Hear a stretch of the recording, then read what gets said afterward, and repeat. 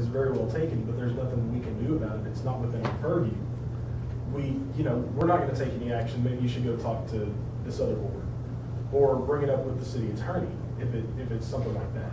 But because the policy is written by the city staff is so clear, we have to provide reasons for our decision, and if we think that a further recommendation for the complainant is necessary, then we can give that.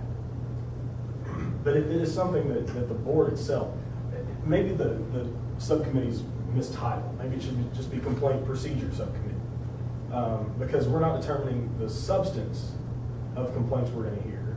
We're just going to determine how we're going to deal with any complaint that comes to the board. It could be on Facebook, which is not directly within our purview. I mean, it could be about AT&T or Cox Communications.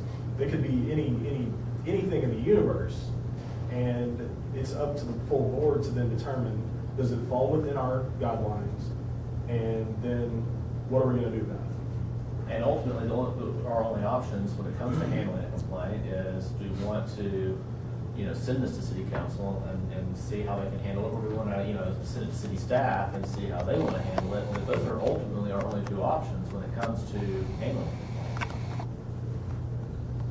I guess I'm not making my points clear. Are we talking only about the channels that the PEG channels, and what y'all do in terms of handling complaints with them? No, sir. Point A of the proposed procedure would be any activity that the Telecommunication Board handles. Now, right now, we've talked about adding an internet subcommittee. That could be communications that the city does through Facebook and Twitter and whatnot that route.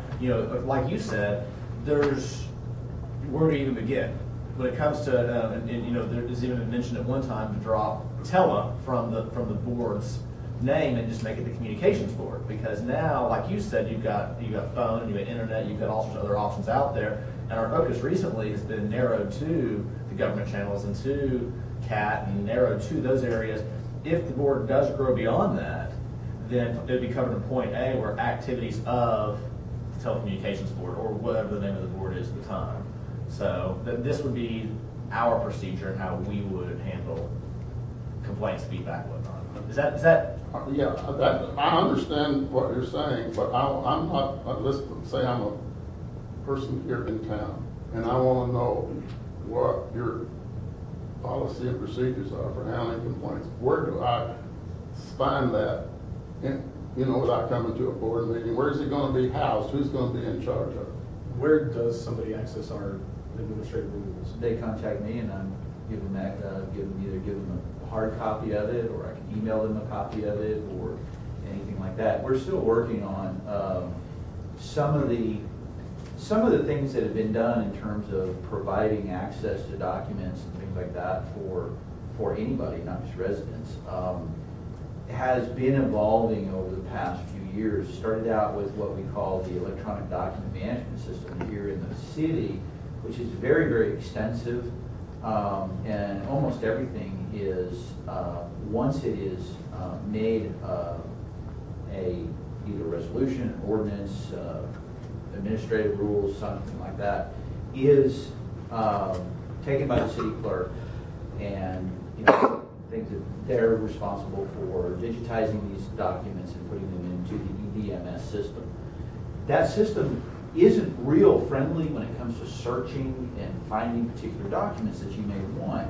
So one of the things that we have taken to doing is on individual website sections in accessfayetteville.org is to list documents that would be relevant to that particular division's operation. So for example, we make a point of having in the documents section, if you go to Fayetteville Government Television, and you're in that section, which is the division that I'm responsible for, and you click on documents, you'll find links to things like the Fayetteville Government Channel policies.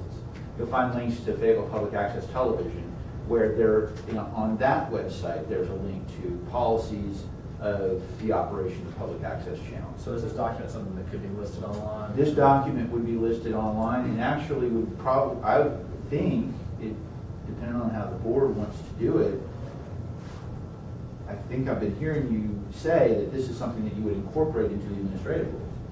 where we would have the entire administrative rules document. Now, That's what I would recommend. going forward, we always have the option, you know, if we have requests to do this, and to, you know, if it makes sense to spend the resources to expand some of the functionality of that website,